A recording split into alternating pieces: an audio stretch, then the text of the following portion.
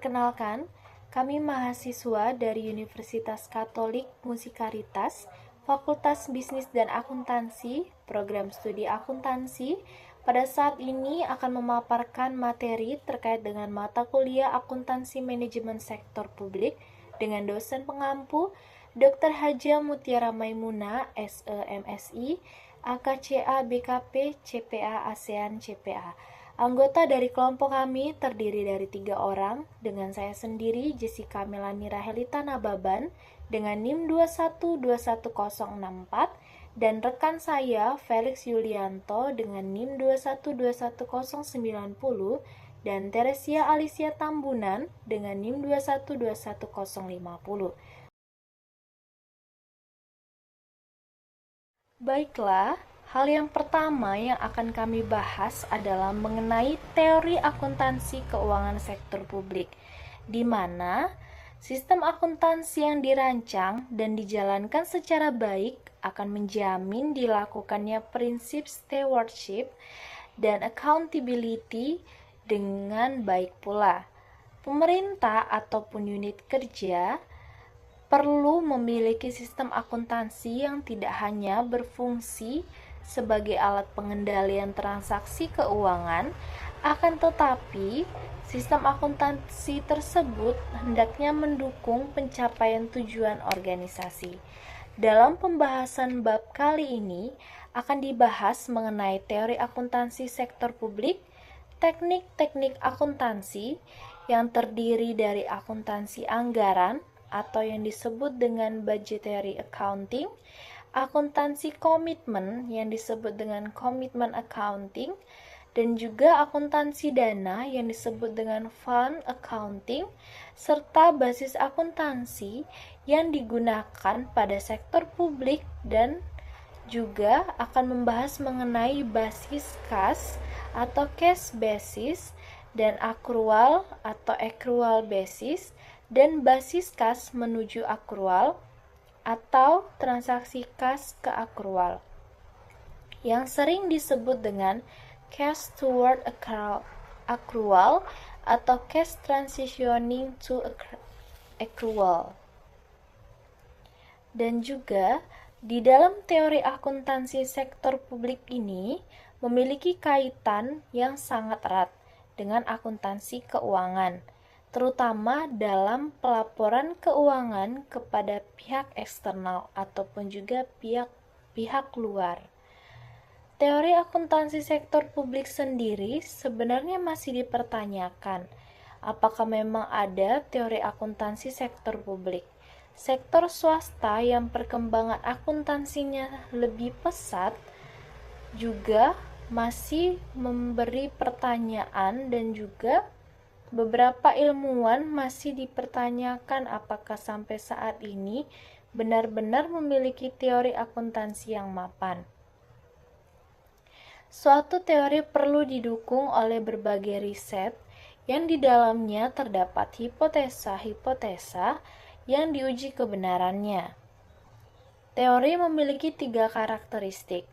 Sistem akuntansi yang dirancang dan dijalankan secara baik akan menjamin dilakukannya prinsip stewardship dan accountability dengan baik pula. Dan yang selanjutnya, teori akuntansi memiliki kaitan yang sangat erat dengan akuntansi keuangan, terutama dalam pelaporan keuangannya kepada pihak eksternal yang seperti dibahas di awal tadi. Di dalam sektor swasta yang perkembangan akuntansinya lebih pesat, masih terdapat beberapa hal yang perlu diteliti oleh beberapa ilmuwan terkait dengan teorinya. Suatu teori perlu didukung oleh berbagai riset, di mana teori memiliki karakteristik yang meliputi yang pertama, kemampuan untuk menerangkan ataupun menjelaskan fenomena yang ada, atau disebut dengan the ability to explain. Dan yang kedua, kemampuan untuk memprediksi, atau yang disebut dengan the ability to predict. Dan yang ketiga, kemampuan untuk mengendalikan fenomena atau yang disebut dengan the ability to control given phenomena. Pada dasarnya, terdapat 3 juga tujuan untuk mempelajari teori akuntansi, yaitu untuk memahami praktik akuntansi yang ada saat ini. Dan yang kedua, untuk mempelajari kelemahan serta kekurangan dari praktik akuntansi yang saat ini dilakukan ataupun diterapkan. Dan yang terakhir, yang ketiga, memperbaiki praktik akuntansi di masa yang akan datang. Dan yang selanjutnya juga, di dalam teori akuntansi sektor publik, ilmu pengetahuan dapat diklasifikasikan menjadi 5 kelompok yang meliputi ilmu abstrak seperti matematika dan logika, dan juga ada juga ilmu deskriptif atau seperti berdasarkan observasi, penelitian seperti juga kimia dan biologi. Dan juga ada ilmu derivatif seperti turunan ilmu lain seperti zoologi. Dan juga selanjutnya selain itu ada juga ilmu sinoptis, gabungan dari berbagai disiplin seperti geologi dan geografi, serta ilmu terapan untuk kebutuhan praktis seperti akuntansi. Dalam konteks bangunan ilmu atau yang disebut dengan body of knowledge, akuntansi sektor publik ini dikatakan memiliki teori yang mapan jika memiliki dasar filosofi, postulat, teori, konsep, prinsip, standar, dan aplikasi praktis. Sebagai cabang ilmu akuntansi, pengembangan teori akuntansi sektor publik ini sangat bergantung pada perkembangan ilmu akuntansi secara umum. Jadi, dalam perkembangan teori akuntansi sektor publik sangat menjadi faktor pertama itu adalah perkembangan ilmu akuntansi secara generalnya. Dan yang selanjutnya, di dalam pengembangan akuntansi sektor publik dilakukan untuk memperbaiki praktik yang saat ini sudah diterapkan ataupun dilaksanakan. Hal ini terkait dengan upaya meningkatkan kualitas laporan keuangan sektor publik, yaitu laporan keuangan yang mampu menyajikan informasi keuangan yang relevan dan dapat diandalkan atau reliable. Yang seperti kita ketahui bahwasanya laporan keuangan itu merupakan informasi keuangan yang diberikan oleh pihak perusahaan, bisa juga kepada pihak internal ataupun kepada pihak eksternal perusahaan, di mana di dalam informasi di dalam laporan keuangan ini harus relevan dan juga dapat diandalkan atau reliable. Dan untuk menghasilkan laporan keuangan sektor publik yang relevan dan dapat diandalkan, terdapat beberapa kendala tentunya. Atau kendala ini disebut juga dengan constraints yang dihadapi oleh akuntansi sektor publik. Hambatan tersebut ada 6 hambatan. Yang pertama adalah terkait dengan objektivitas, dan yang kedua terkait dengan konsistensi, dan yang ketiga terkait dengan daya banding, yang keempat tepat waktu, dan yang kelima ekonomis dalam penyajian laporan, dan yang keenam materialitas. Kita akan membahas satu-satu dari keenam hambatan ini. Yang pertama adalah objektivitas. Objektivitas adalah suatu kendala utama, seperti yang dibahas di pertama tadi, bahwasanya objektivitas ini merupakan salah satu kendala dari penyampaian laporan keuangan ataupun penyajian laporan keuangan. Nah, objektivitas ini terkait apa saja?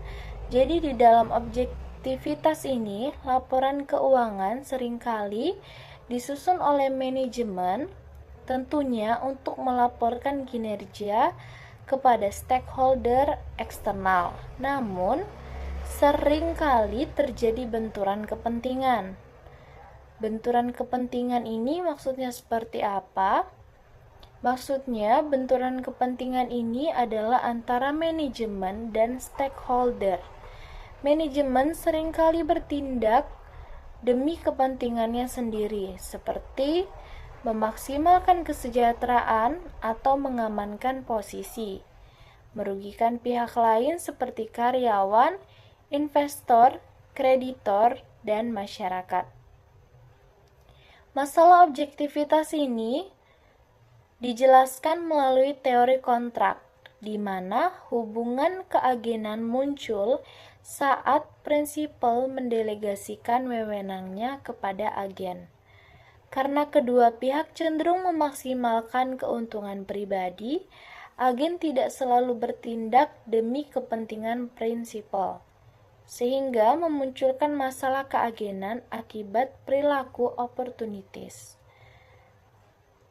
Dan juga, manajemen sering menggunakan teknik akuntansi atau memanipulasi transaksi untuk menampilkan kinerja yang lebih baik, sehingga diperlukan standar akuntansi yang objektif untuk kepentingan semua stakeholder. Dan yang selanjutnya, kita akan beralih ke konsistensi. Kalau yang pertama tadi objektivitas, terkait dengan masalah seringkali manajemen itu memanipulasi laporan keuangan, dan di dalam konsistensi ini adalah penerapan metode akuntansi yang sama secara berkelanjutan untuk membandingkan kinerja dari tahun ke tahun atau dari satu periode ke periode berikutnya. Hal ini sangat penting untuk menjaga orientasi jangka panjang organisasi atau yang sering kita kenal dengan going concern. Meskipun laporan keuangan hanya mencerminkan kinerja satu periode, sehingga evaluasi kinerja tidak terputus. Jadi, di dalam konsistensi ini kita akan membandingkan antara kinerja dari tahun yang pertama ke tahun yang berikutnya. Di dalam konsistensi ini mengacu pada penggunaan metode ataupun teknik akuntansi yang sama untuk menghasilkan laporan keuangan organisasi selama beberapa periode waktu secara berturut-turut. Tujuannya adalah agar laporan keuangan dapat diperbandingkan kinerjanya dari tahun ke tahun. Konsistensi penerapan metode akuntansi merupakan hal yang sangat penting karena organisasi memiliki orientasi jangka panjang atau yang disebut dengan going concern. Sedangkan laporan keuangan hanya melaporkan kinerja selama satu periode saja. Oleh karena itu, agar tidak terjadi keterputusan proses evaluasi kinerja organisasi oleh pihak eksternal, maka organisasi perlu konsisten dalam menerapkan metode akuntansinya.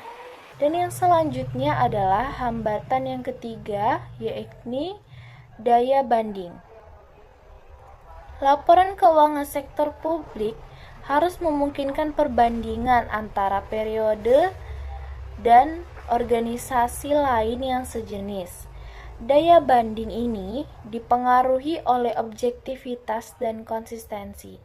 Jadi ada sangkut pautnya antara objektivitas dan konsistensi di dalam daya banding ini. Karena laporan yang lebih objektif dan konsisten lebih mudah untuk dibandingkan. Namun, penggunaan berbagai metode akuntansi dapat menghambat daya banding. Dan yang selanjutnya, selain dari daya banding, yang keempat ada ekonomis dalam penyajian.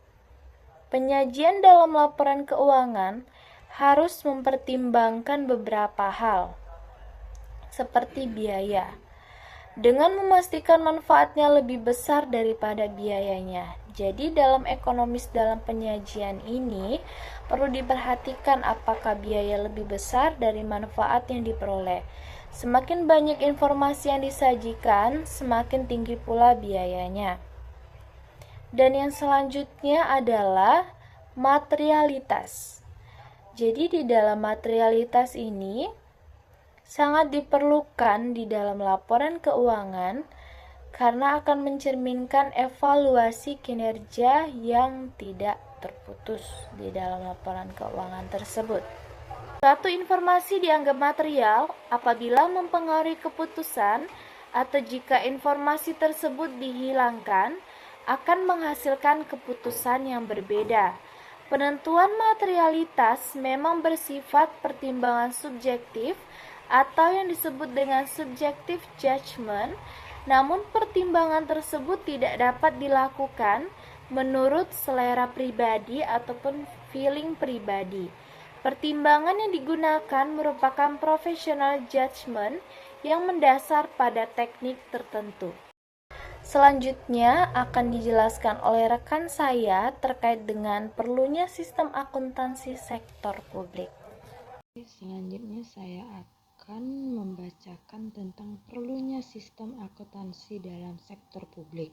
Akuntansi merupakan aktivitas jasa untuk menyediakan informasi yang diperlukan dalam pengambilan keputusan. Pada sektor publik, pengambilan keputusan terkait dengan keputusan ekonomi, sosial, dan politik. Pada dasarnya, akuntansi baik pada sektor swasta maupun sektor publik dapat dibagi menjadi dua bagian, yaitu akuntansi keuangan dan akuntansi manajemen. Akuntansi keuangan dapat didefinisikan sebagai suatu prinsip, metode, dan teknik pencatatan dan pengorganisasian data keuangan atas operasi atau kegiatan suatu entitas. Entitas yang dimaksudkan adalah mengacu baik perusahaan swasta maupun organisasi sosial ekonomi lainnya seperti pemerintahan, perusahaan milik negara, organisasi nirlaba, dan sebagainya. Untuk menghasilkan dan memberikan informasi yang digunakan sebagai dasar pengambilan keputusan ekonomi yang rasional. Masisi 1978 dan Glynn 1993 menjelaskan 4 aturan dasar sistem akuntansi keuangan, antara lain: yang pertama, identifikasi kegiatan relevan. Hanya kegiatan ekonomi yang relevan yang dicatat. Yang kedua, pengklasifikasian kegiatan. Setiap operasi diakui pada waktu yang ditentukan, seperti pemesanan, penerimaan barang, atau pembayaran kas. Yang ketiga, sistem pengendalian.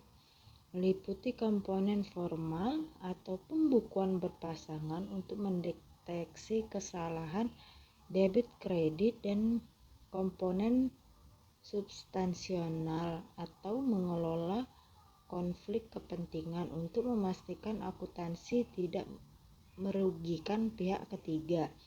Dan yang terakhir, yang keempat, ada menghitung dampak operasi, menentukan pengaruh setiap transaksi.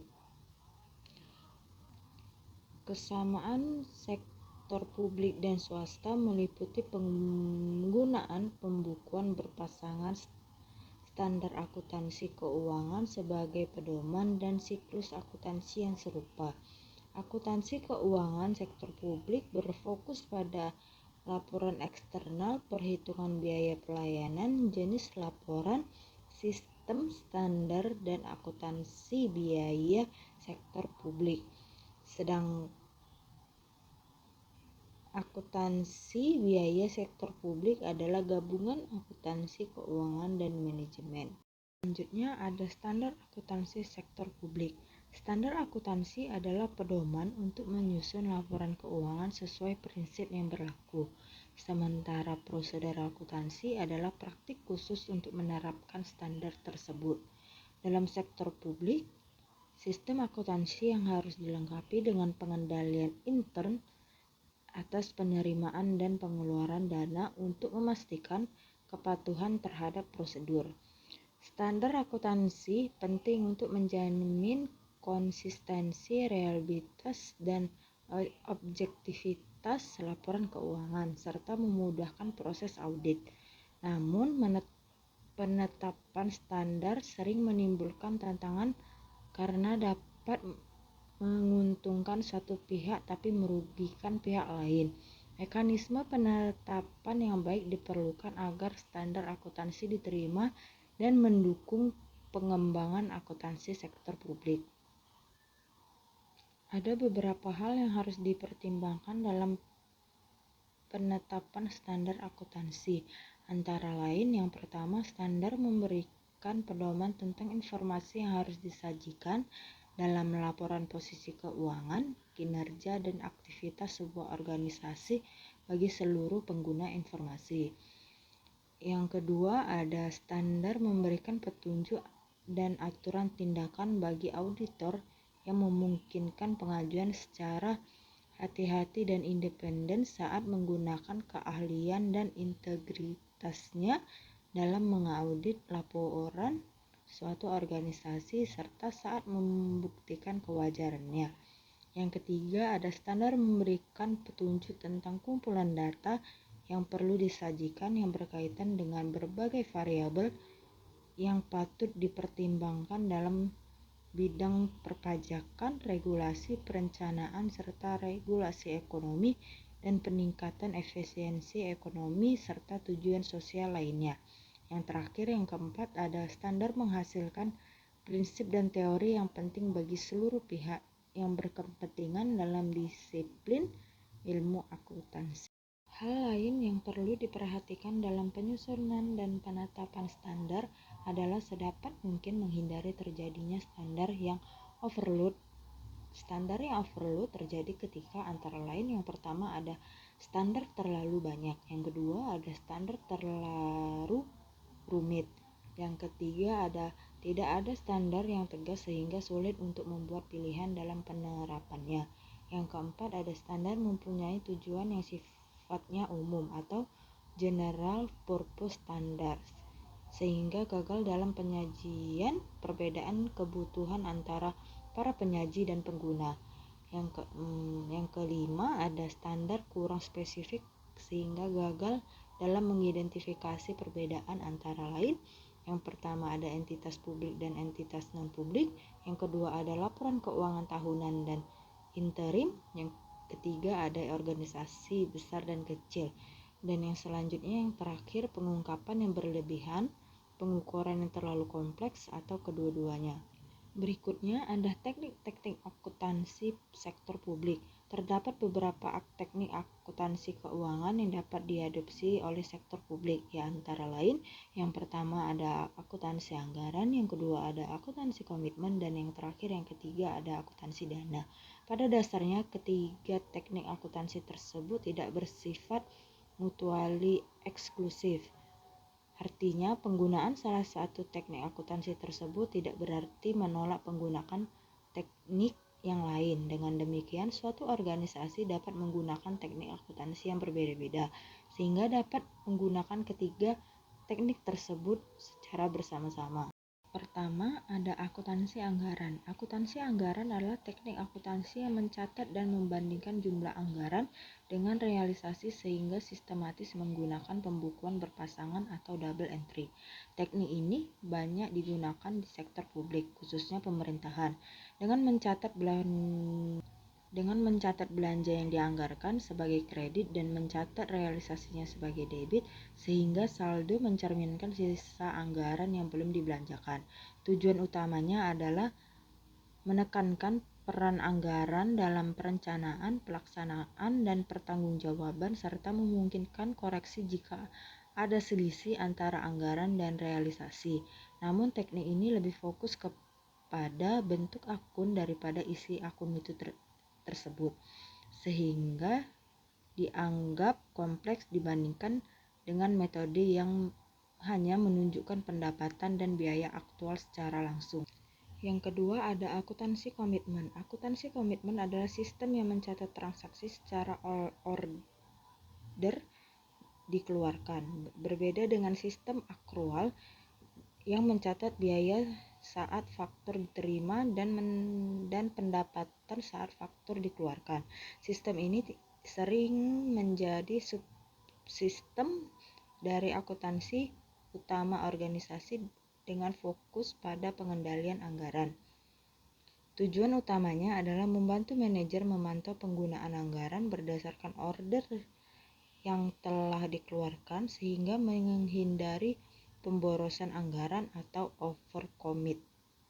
Namun, akuntansi komitmen hanya mencatat transaksi berdasarkan order tanpa kewajiban hukum yang mengikat sehingga order dapat dibatalkan. Hal ini menyulitkan pengakuan biaya dalam periode akuntansi tertentu. Saya akan melanjutkan akuntansi dana. Akuntansi dana atau fund accounting di sektor publik berfokus pada pencarian dan alokasi sumber dana dengan anggaran dan penggunaan dana sebagai elemen utama. Awalnya, dana diartikan sebagai dana kas yang disimpan secara terpisah untuk keperluan tertentu. Namun kini, dana mencakup entitas anggaran dan akuntansi yang mencakup sumber daya non-kas dan utang. Konsep ini pertama kali dikembangkan oleh Vater tahun 1947 untuk organisasi bisnis yang mengusulkan bahwa unit pelaporan harus berbasis dana. Vater melihat organisasi sebagai salah satu atau rangkaian dana, sehingga laporan keuangan organisasi adalah hasil konsolidasi laporan keuangan dari berbagai dana yang dimiliki. Selanjutnya, pengertian dana berdasarkan GASB 1990/208 adalah a fiscal and accounting entity with a self-balancing set of accounts recording cash and other financial resources, together with all related liabilities and residual equities or balances, and change therein, which are segregated for purpose of carrying on specific activities, on or attaining certain objectivities, in accordance with special regulation, restriction, and limitation. Perbandingan antara akuisisi dana pada organisasi bisnis, organisasi sektor publik dapat digambarkan sebagai berikut. Organisasi bisnis A sama dengan U tambah KB, yang artinya aktiva ditambah utang sama dengan kekayaan bersih.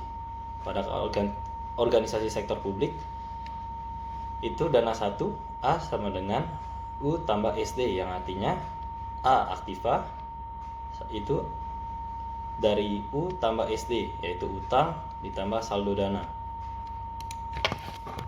Dana 2 yaitu A sama dengan U tambah SD, yang artinya aktiva adalah perjumlahan dari utang ditambah saldo dana. Dana ketiga adalah A sama dengan U tambah SD, sama seperti dana 1 dan dana 2, berikut juga dengan dana N. Kemudian ada aktiva tetap, utang jangka panjang.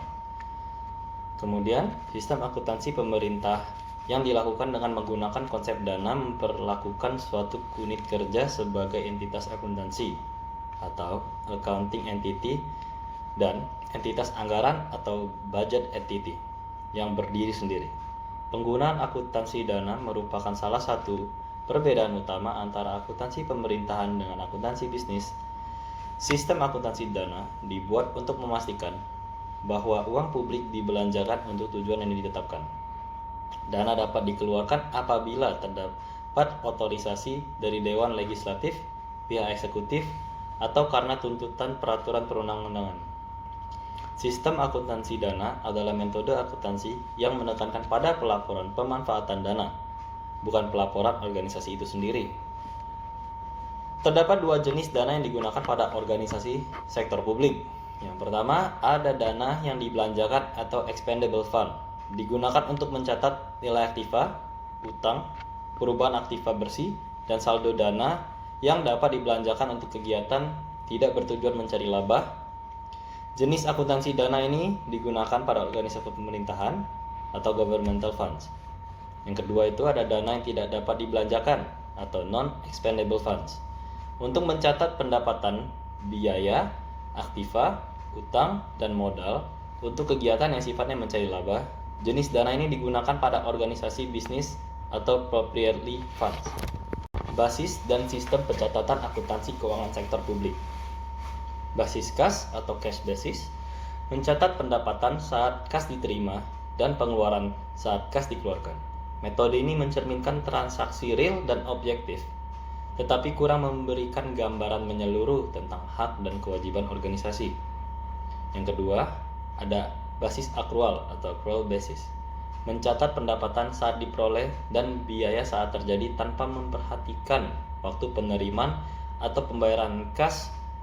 Basis akrual memberikan laporan keuangan yang komprehensif, relevan, dan tidak dapat digunakan untuk menentukan biaya pelayanan serta harga pelayanan publik atau cost of service. Penerapan akrual berbeda antara proprietary fund atau fund akrual yang berfokus pada net income dan government fund atau modified accrual yang mencatat expenditure bukan expense dan pendapatan berdasarkan kas kecuali untuk pajak properti yang diestimasi lebih akurat. Reformasi menuju akuntansi berbasis akrual di sektor publik seperti Selandia Baru meningkatkan transparansi dan efisiensi, tetapi hasil tidak seragam di semua negara seperti yang terjadi pada Italia. Perubahan dari cash basis ke accrual basis memerlukan analisis mendalam seperti faktor-faktor lingkungan termasuk sosiologi masyarakat. Berdasarkan penjelasan sebelumnya, dapat diketahui bahwa basis kas dan basis akrual dalam akuntansi memiliki karakteristik yang berbeda. Dengan perbedaan karakteristik tersebut, tentunya peralihan basis akuntansi dari kas menjadi akrual membutuhkan beberapa penyesuaian. Antara lain, pada standar akuntansi, sistem akuntansi, teknologi informasi pendukung, serta mindset dan pengetahuan para pengelola keuangan dan penyusun laporan keuangannya. Suatu entitas sektor publik yang akan melakukan peralihan basis akuntansi dari kas menjadi akrual biasanya membutuhkan waktu yang tidak singkat. Pada masa transisi tersebut, dalam rangka peralihan dan dari basis kas menuju basis akrual, banyak entitas sektor publik yang menerapkan basis modifikasi, sering disebut dengan cash toward accrual atau CTA atau cash transitioning to accrual. Basis modifikasi tersebut biasanya ditetapkan dengan mengadopsi basis akrual dengan porsi atau tingkatan tertentu. Sebagai contoh, pemerintah Indonesia pernah menerapkan basis kas menuju akrual dalam penyusunan laporan keuangan selama masa transisi. Dalam Peraturan Pemerintahan Nomor 24 Tahun 2005 tentang standar akuntansi pemerintahan disebut bahwa basis kas menuju akrual mengakui atau mencatat pendapatan, belanja, dan pembiayaan berdasarkan basis kas, sedangkan aset, utang, dan ekuitas dicatat berdasarkan basis akrual. Selanjutnya, saya akan membahas tentang single entry dan double entry. Sistem pencatatan keuangan terdiri dari single entry dan double entry. Single entry adalah pencatatan tunggal yang sederhana dan praktis, namun kurang transparan dan akuntabel, sehingga tidak mencerminkan kinerja organisasi secara komprehensif. Dengan meningkatkan tuntutan good governance, sistem ini dianggap kurang relevan. Sebaliknya, double entry memungkinkan pencatatan yang auditable dan traceable, mendukung transparansi, akuntabilitas, dan pengukuran kinerja yang lebih akurat. Oleh karena itu, double entry menjadi solusi penting untuk menghasilkan laporan keuangan yang dapat dipertanggungjawabkan. Demikian presentasi dari kelompok kami. Apabila ada kesalahan dalam pemaparan materi, kami mohon maaf. Dan akhir kata, kami ucapkan terima kasih.